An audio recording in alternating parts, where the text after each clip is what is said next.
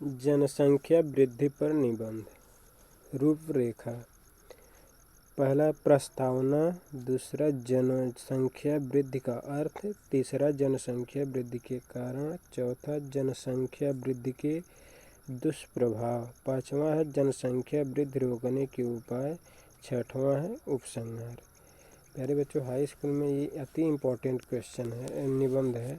इसको आप लोग तैयार कर लीजिए और सिर्फ इतना ही लिख देंगे तो आपका फुल मार्क्स मिलेगा।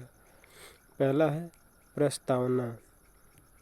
भारत एक विकासशील देश है और यहाँ की जनसंख्या भी तेज़ी से विकास कर रही है। जनसंख्या वृद्धि के मामले में भारत विश्व के प्रथम स्थान पर है। भारत की जनसंख्या लगभग 144 करोड़ तक पहुँच गई है। दूसरा है हेडिंग है जनसंख्या वृद्धि का अर्थ।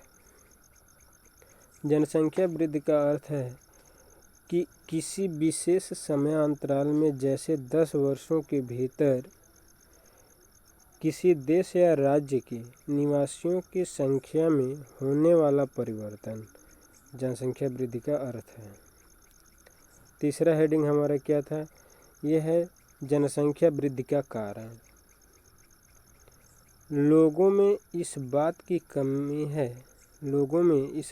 कमी है, जागरूकता नहीं है कि जनसंख्या वृद्धि के दुष्प्रभाव भी हो सकते हैं।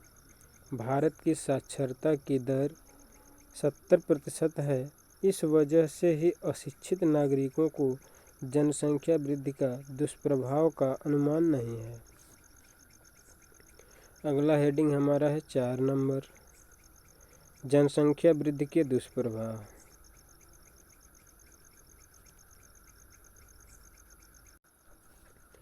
जनसंख्या वृद्धि के दुष्प्रभाव चौथा है, जैसे जैसे आबादी बढ़ेगी, भोजन और जैसे बुनियादी ज़रूरतों की खपत भी बढ़ेगी। जनसंख्या द्वारा उपयोगिता की वस्तुओं से पर्यावरण प्रदूषण की समस्या भी बढ़ रही है। पांचवा है रोकने का उपाय। जनसंख्या में कमी और अधिकतम समानता, बेहतर पोषण, शिक्षा और स्वास्थ्य सुविधाओं जैसे सभी लक्ष्यों की प्राप्ति के लिए देश के सरकार और मजबूत नागरिक सामाजिक संस्थाओं के बीच बेहतर सामंजस्य की आवश्यकता है। छठवां नंबर उपसंहार, यही लास्ट है, इतना ही तक लिखना है। देखिए छठवां क्या है? उपसंहार। इस समस्या के संबंध में हम सबको प्रयास करना चाहिए और छोटा परिवार, सुखी परिवार के बारे में लोगों को जागरूक करना चाहिए। जनसंख्या वृद्धि से होने वाले हानि के बारे में जागरूक करना चाहिए। इन सब तरीके से हम इस खतरनाक समस्या से बच सकते हैं।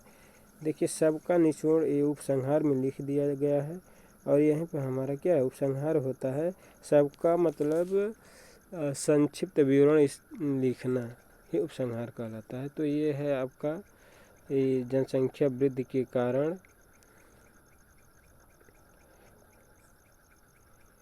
तो ये रहा आपका निबंध और याद कीजिए और जाकर परीक्षा में लिखिए।